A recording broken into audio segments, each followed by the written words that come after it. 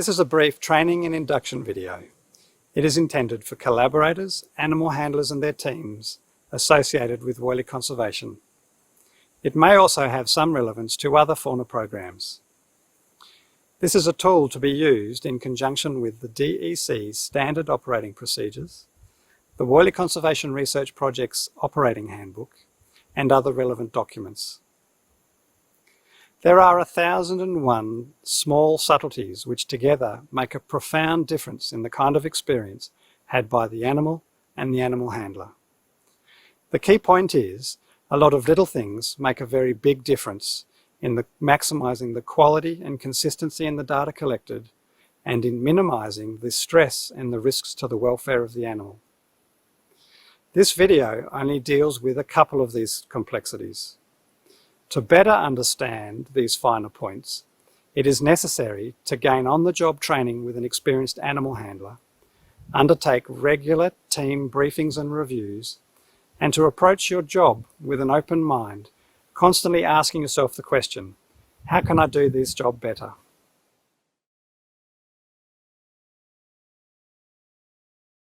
The bait we use is universal bait, a mix of peanut butter, rolled oats and sardines.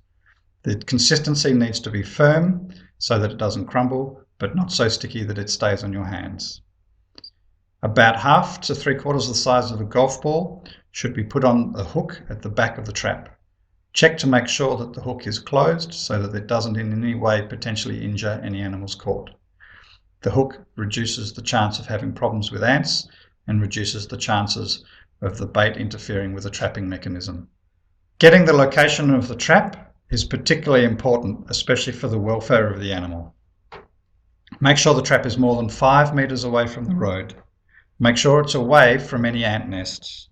And make sure you place it somewhere that is going to be sheltered from both direct sunlight and from prevailing rain.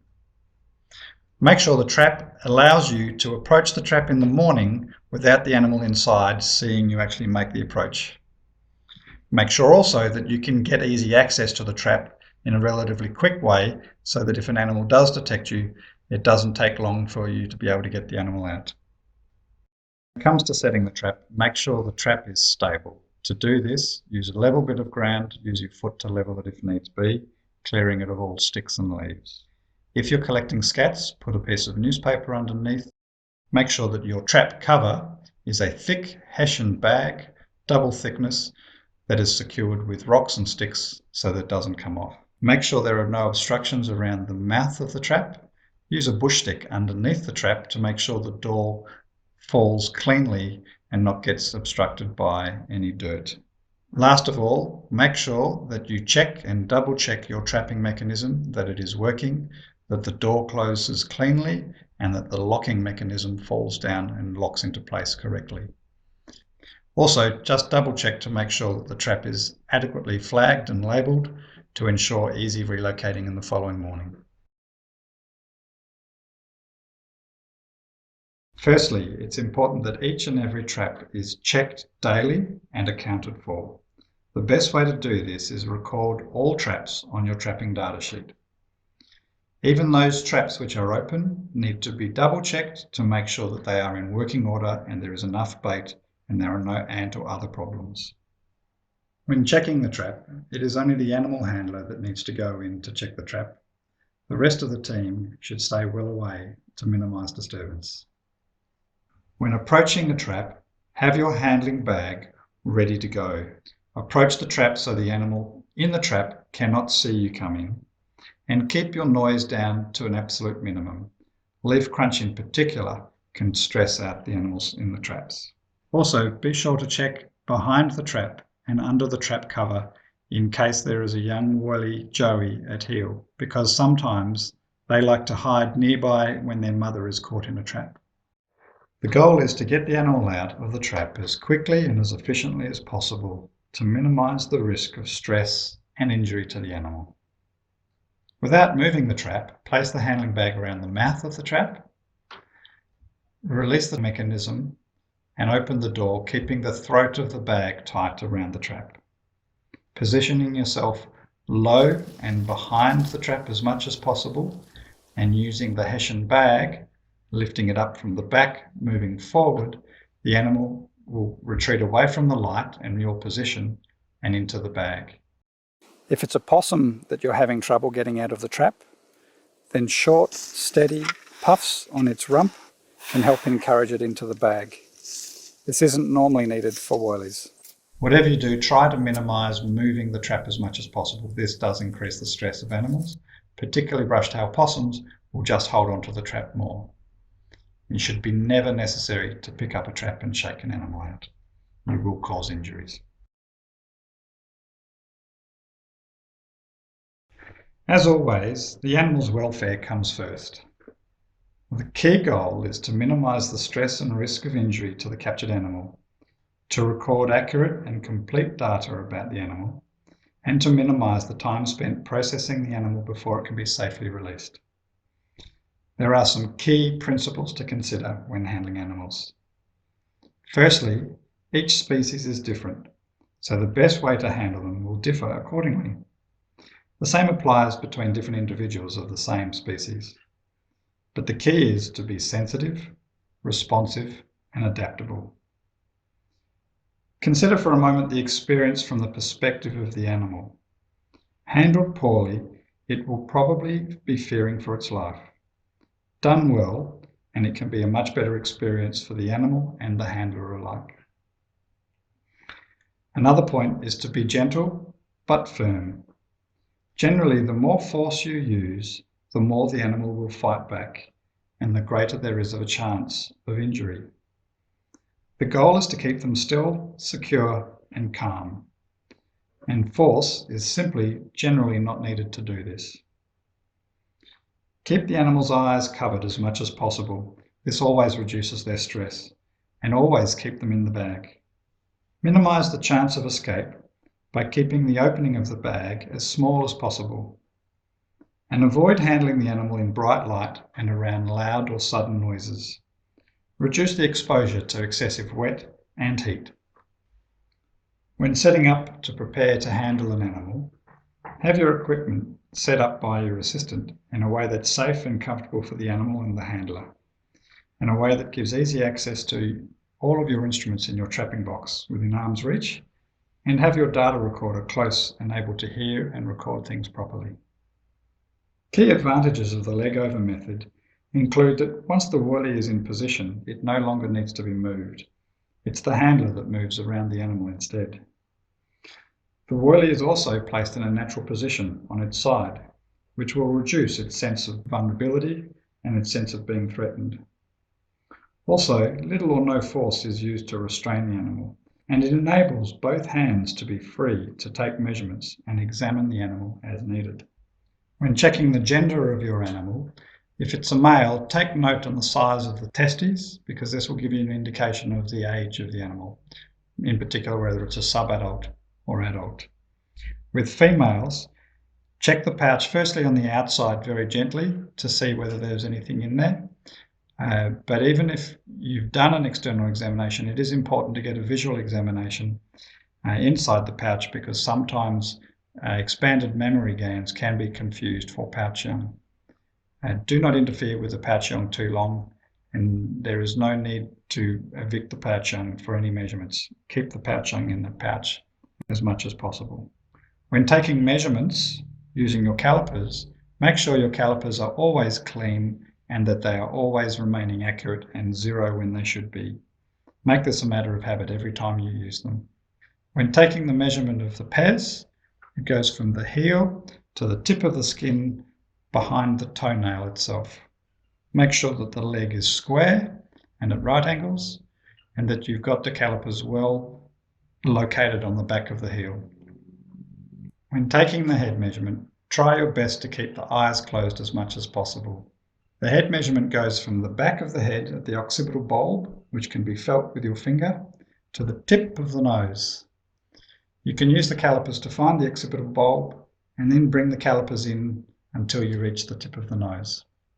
You can keep the eyes covered by gathering the skin around the eyes with your free hand, or you can use a blindfold, such as a calico bag folded up. If you have a new animal, you need to apply some ear tags. But firstly, you need to check to make sure that you don't have a female with a joey. If you do, you need to make sure that you respond accordingly. Some key points to note about ear tags. Firstly, they should be sterile at the time of application. The numbers should be in sequence, with the lowest number being in the left ear and the higher number being in the right ear. Make sure that the numbers are applied to the outside of the ear and have the applicators and the ear tag flat against the outside of the ear prior to crunching down and closing the ear tag on. The location of the ear tag is important to reduce complications and the chances of ear tag loss. Make sure that it's in a meaty part of the ear but not interfering with folds. Once you've applied the ear tag, check to make sure that it's been done properly, including that the gap between the ear and the inside curve of the ear tag is not too much or too little. And make sure that the point of the ear tag has curled over properly. Different handling methods are appropriate for different animals. The lap method, for instance, is a very good way of handling brush-tailed possums. This simply means placing the animal in your lap with no restraint, and in doing this, it is still quite easy to be able to get your measurements without any risk to the injury of the animal or to yourself. Some key points about data collection include making sure that you have all of the equipment that you need. Animal ID is one of the most important pieces of information that you can collect and one of the most problematic in terms of accuracy. Double check to make sure that it has both been read and recorded properly. It is also very important to ensure that the scribe repeats back all information that the animal handler has requested to be written down on the data sheet. DO 8996 is the left ear. 8996. This way it reduces the chances of errors. Head length is 80.1. 80.1. Minus 250. Minus 250. The responsibility for correct and accurate data always remains with the animal handler. Ensure that data collection is complete and comprehensive before you release the animal. There should never be any blanks on a data sheet. Use dashes in data fields that don't require data in that case. When it comes to using codes, refer to the trapping code definition forms, which should be in your clipboard. It is also important to ensure that all writing is legible and it could be read by a third party without troubles. It is also important to make sure that you have an accurate and complete list of recaptures that have occurred prior to that day of trapping to ensure that you can make the distinction between recaptures, animals caught for the first time in that session but previously had ear tags and known to the database in the past, from retrapped animals, animals caught during that session. If you need to take more extensive notes on any one animal caught, use an entire line across the data sheet. Don't be limited to the comments box only. And again, before releasing the animal, double check to make sure that all data fields on all data sheets are complete and correct before giving the animal handler the okay to release the animal. Joe, do we have everything on the health check form? All done.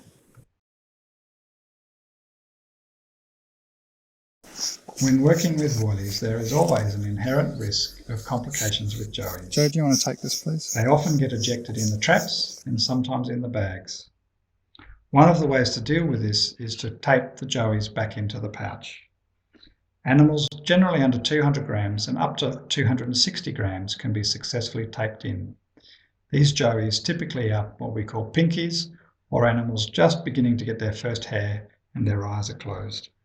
We also use taping in of joeys as a precautionary measure for young joeys which are at risk of being ejected by their mothers once we release them. Typically, any female with a joey with a crown rump of greater than 50 millimeters is a candidate for taping in, even if it hasn't been ejected. Here is an example of reinserting a joey into the pouch and taping it in, having been ejected in the trap. The idea with the pouch insertion is let the joey do the work. It knows where it wants to go. What you want to do is put the head of the Woylie in first with the back of the head to the belly of the Woylie, to its mum. And usually what he'll do is he'll just crawl in himself with a little bit of help. You've got to be very careful with tails and particularly hind limbs. The bones aren't terribly strong. And let the Woylie, he's holding onto the lip. Not exactly helping himself too much, is he? So just, yeah, let him get himself in. Sometimes the feet and the tail need a bit of a tuck in, but you just got to be very gentle because their bones are not strong. Make sure that the joey is lying in the pouch with its side against the mum's belly.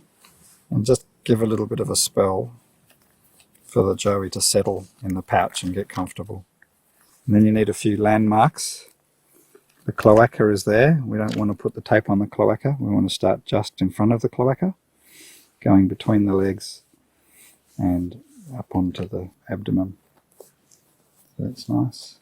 And then it's important to pinch around the edges and make sure that tape gets good contact all the way around.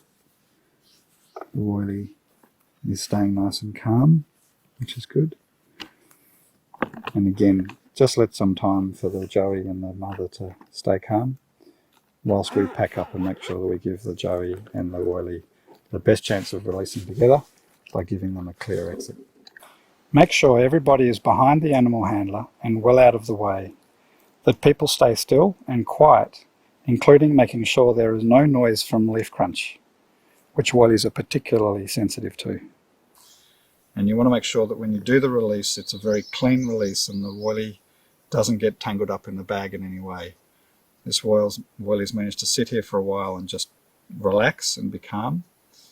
And I'm going to just release the bag very quietly, taking the cover off the eyes for the very last minute to let the animal get a clean and clear run. And I'm going to do it very quietly so there's no disturbance.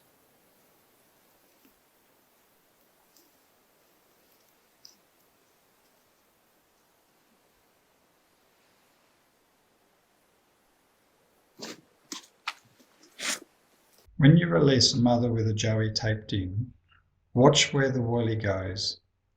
Once it's out of sight, follow the first 20 to 30 metres, looking and listening for any evidence that the joey may well have been ejected. Particularly, listen out for the characteristic shh, shh, shh, shh, the cry of a Woylie which has just been ejected.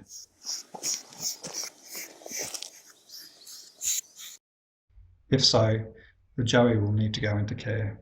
When dealing with large joeys, taping in may not be enough to reduce the risk of the Woylie being abandoned. Typically, joeys larger than 200 grams need to be bagged as well, or soft released. The way to do this is to prepare a site under a log where it's sheltered in a hollow, where the bag can be placed and left with a twist in the mouth of the bag to allow the mother and joey to leave together in their own time, generally at night, when the fear of predation and the risk of being caught is much less. Once the animal is settled down, walk away from the Woylie very quietly and very gently to ensure that you don't frighten the animal as you exit. Remember, having found a good site for soft release, but before you introduce and settle your animal down, it is important to flag the site well enough that you or someone else can easily relocate it again the next morning. Be absolutely sure that you've adequately labelled the soft release on your data sheet so that you can make sure you do not forget to check the bag again in the morning. Ideally, check the bag before you check traps nearby, just in case the joey is still left in the bag and the mother is subsequently caught. The opportunity to reacquaint the two is still there if you haven't already released the mother. Despite our best efforts, sometimes joeys do become separated with their mothers, and we need to be prepared for this.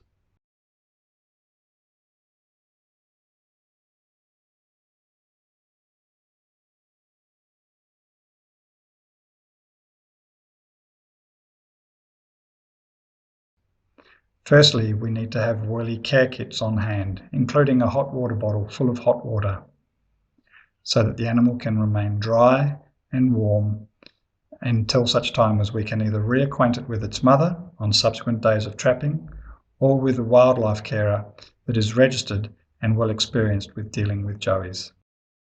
If everything is going well, the frequency with which you have complications and abandoned young should be as low as 1 in 100 females with joeys. If this is not being achieved, then careful scrutiny and critical reviewing of all practices needs to be done on an ongoing manner to achieve a target such as this.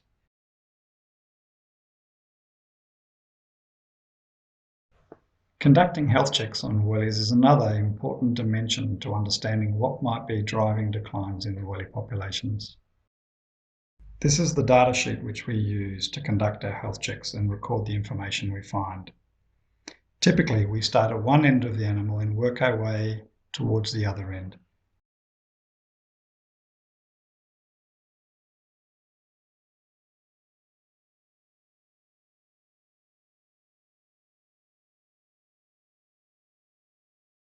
Again, make sure that when you fill out the data sheet, it is complete and comprehensive. There should be no blank fields. And don't forget the back of the sheet either. So we're doing a health check from basically working from the back end of the animal to the front. Check the cloaca. The cloaca is clean. The pouch is nice and clean. Coat is clean.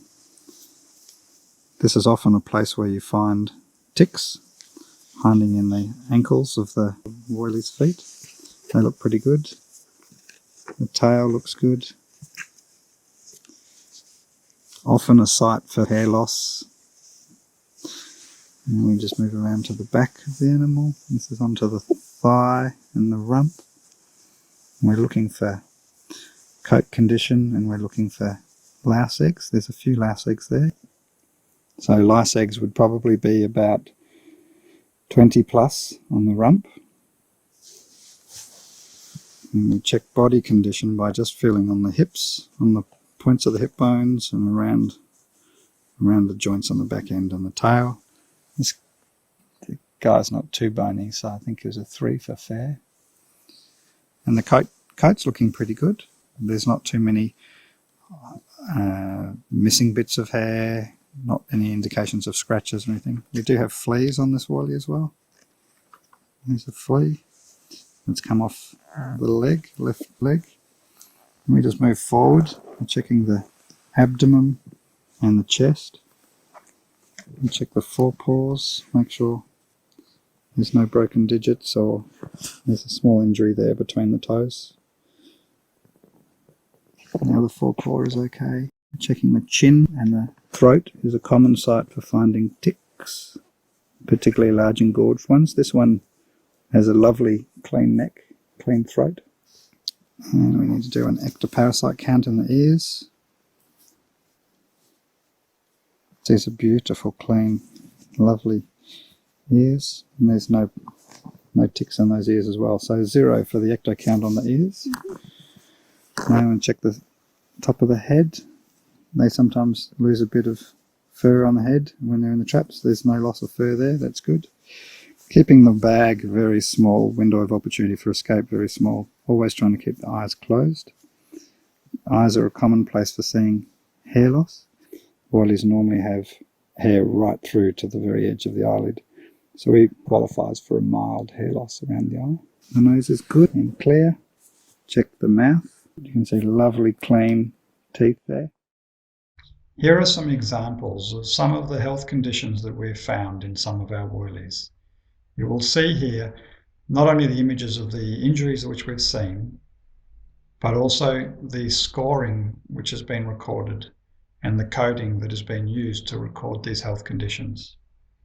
The use of photographs in recording any health conditions that you see is another important dimension to recording what you've found. Take lots of photographs, label them, record it on the data sheet, and make sure that you file them appropriately when you return from the field. Take note here particularly of what a normal eye looks like in a Woylie. You will see that the hair goes all the way to the edge of the eyelid, whereas we are often seeing fur loss around the eyes of Woylies in those populations that have declined, where we haven't seen this in populations that haven't. Take note in particular of any scarring and flaky skin. This also is something which appears to be associated with Woylie declines.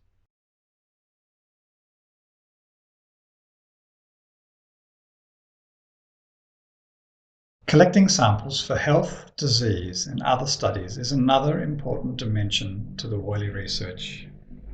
These samples include scats, ectoparasites, blood, fur and DNA. The details of what samples are collected, how and when and on who should be provided prior to the commencement of trapping in any given week. Collecting tissue for DNA analysis is one of the samples which we collect. This involves taking a small punch of tissue in each of the 2 ears of a Woylie. Make sure you swab the ear with alcohol first to make sure the site is sterile. Use a sterile tissue punch or biopsy punch which has been flamed to denature any residual DNA from the last animal and sterilized in ethanol prior to using them on the next animal. Use a torch to help identify an area of the ear where there are no blood veins. There we go, it's a spot without any veins. A bit. Place both tissue samples for DNA analysis into the same Eppendorf tube and label all samples from the same animal on the same day with the same label code, generally with the prefix WC and a 4-digit number. Make sure this sample number is recorded not only on the samples but also on the tissue sample data sheet as well as the trapping sheet. Before releasing your Woylie, double check to make sure that all data sheets are complete and accurate. Having confirmed this, it's time for the release. To do so, make sure that you're in the area clear from obstructions, away from roads and certainly away from vehicles and other people. Place the animal on the ground, roll the bag off the back of the animal first and then slowly peel it off the head, allowing the animal to exit the bag in its own time, in its own terms. Do not rush animals. Let them go in their own time. Possums can be released in the same way on the ground, or they can also be released on logs or at the bottom of large leaning trees which they're likely to climb. Once you have completed your traps, check with any other teams that you've been working with to confirm that they too have finished. Before leaving the trapping area, gather together and confer with the other teams to double check and make sure that you have records that confirm that all traps have been checked for the day. Make sure your data sheets are in order and review them to ensure that they are complete as much as possible. It's also an opportunity to keep a tally and compare notes between teams of what was caught and what occurred during that day. It is also important to update your retrap sheet to keep a record of all of the animals that have been captured for that week to date, so that you can distinguish and identify recaptures from retraps on subsequent days of trapping. Also, keep a running list of tasks and equipment that are needed in preparation for the following day's trapping. For example, this may include replacing or repairing some equipment. It is also good practice at the end of each trapping day to briefly undertake an after-action review, revising what occurred during the day, how it went, and how things could be improved. At the end of the week, it is important also to ensure that all traps and trapping equipment are cleaned and sterilised in accordance with the departmental standard operating procedures. At the end of the week, it is also an opportunity to debrief and do an after-action review for the week's trapping to find out how things may be able to be improved for the next time trapping is conducted. So in conclusion, it is worth remembering that a lot of little things together can make a big difference. And the difference between a reasonable animal handler and an excellent animal handler comes down to a number of things.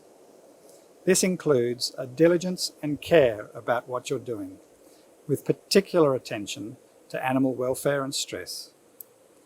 It's about having an attention to detail and quality, whilst also maintaining the bigger picture perspective of the key priorities and objectives.